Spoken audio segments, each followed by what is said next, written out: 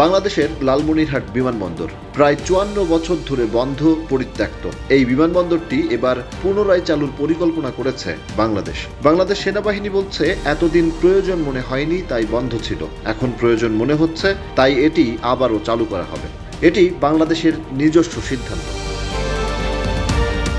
কিন্তু লালমনিরহাট বিমানবন্দর পুনরায় চালুর খবরে দুশ্চিন্তায় ভারত। দেশটির দাবি চীনের সাহায্যে বিমানবন্দরটি চালু করছে বাংলাদেশ, যেখানে বিমান ঘাঁটি তৈরি করা হবে যা ভারতের শিলিগুড়ি করিডোরের দিকে নজর রাখবে।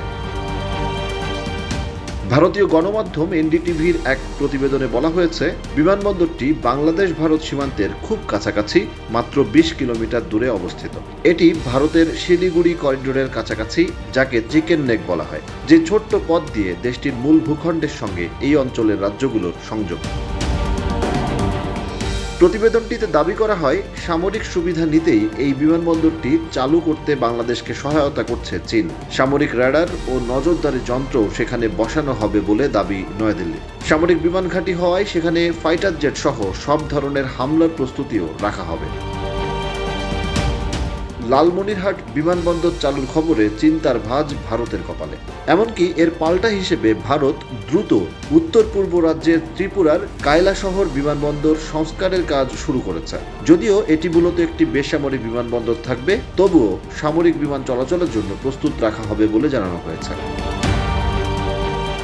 ভারতের এই পদক্ষেপ যে শুধু বাংলাদেশের লালমনিরহাটের জন্য নেওয়া হচ্ছে তা কিন্তু নয়, বরং বাংলাদেশের সাম্প্রতিক রাজনৈতিক পরিবর্তনের কারণে বাংলাদেশ ভারত সম্পর্কের যে টানাপোড়েন তাতে দেশটির পক্ষ থেকে একটি সতর্ক বার্তা হিসেবেও ধরা হচ্ছে এটিকে।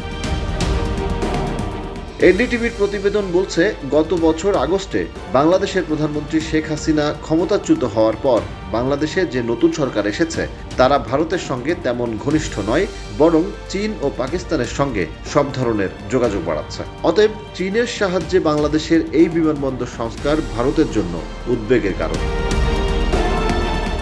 এতে আরও জানানো হয় লালমনিরহাট বিমানবন্দর চালুর পাল্টা ব্যবস্থা হিসেবে ত্রিপুরার কায়লাশহর বিমানবন্দর চালু করবে ভারত। ১৯৯০-এর দশকে বন্ধ হয়ে যায় এই বিমানবন্দরটি। ১৯৭১ সালের যুদ্ধে যে বিমানবন্দর খুবই গুরুত্বপূর্ণ ভূমিকা রেখেছিল। এছাড়া ভারত যদি কায়লাশহর বিমানবন্দর সংস্কার করে তাহলে ত্রিপুরার বিমান যোগাযোগ ব্যবস্থাও অনেক উন্নত হবে, কারণ এখন ত্রিপুরায় একমাত্র বড় বিমানবন্দর আগরতলা শহরে। ২০২৫ সালের ২৬ মে বিমানবন্দর কর্তৃপক্ষের একটি উচ্চ পর্যায়ের দল এয়ারপোর্টটি পরিদর্শনও করেছে এবং তারা ভারত সরকারকে পরবর্তী পরিকল্পনা জানাবে। এদিকে সম্প্রতি বাংলাদেশের সেনা সদরে এক সংবাদ সম্মেলনে সেনাবাহিনীর মিলিটারি অপারেশনস অধিদপ্তরের পরিচালক ব্রিগেডিয়ার জেনারেল মোহাম্মদ নাজিমুদ্দৌলা বলেছেন, দেশের সামগ্রিক সক্ষমতা বাড়ছে, সেই অনুযায়ী আমাদের প্রয়োজনও বৃদ্ধি পাচ্ছে। লালমনিরহাট বিমানবন্দরটি দীর্ঘদিন অব্যবহৃত থাকলেও প্রয়োজনের তাগিদেই এটি নতুন করে সচল করা হচ্ছে। তিনি জানান, বিমানবন্দরটির পরিধি ও কার্যক্রম সম্প্রসারণ করা হবে এবং সেখানে নতুন অবকাঠামো গড়ে তোলা হবে। তিনি আরও বলেন, আপনারা জানেন ওই এলাকায় একটি অ্যারোস্পেস বিশ্ববিদ্যালয় স্থাপন করা হচ্ছে। এভিয়েশন খাতের সম্প্রসারণের অংশ হিসেবে এই বিমানবন্দরকে কাজে লাগানো হবে।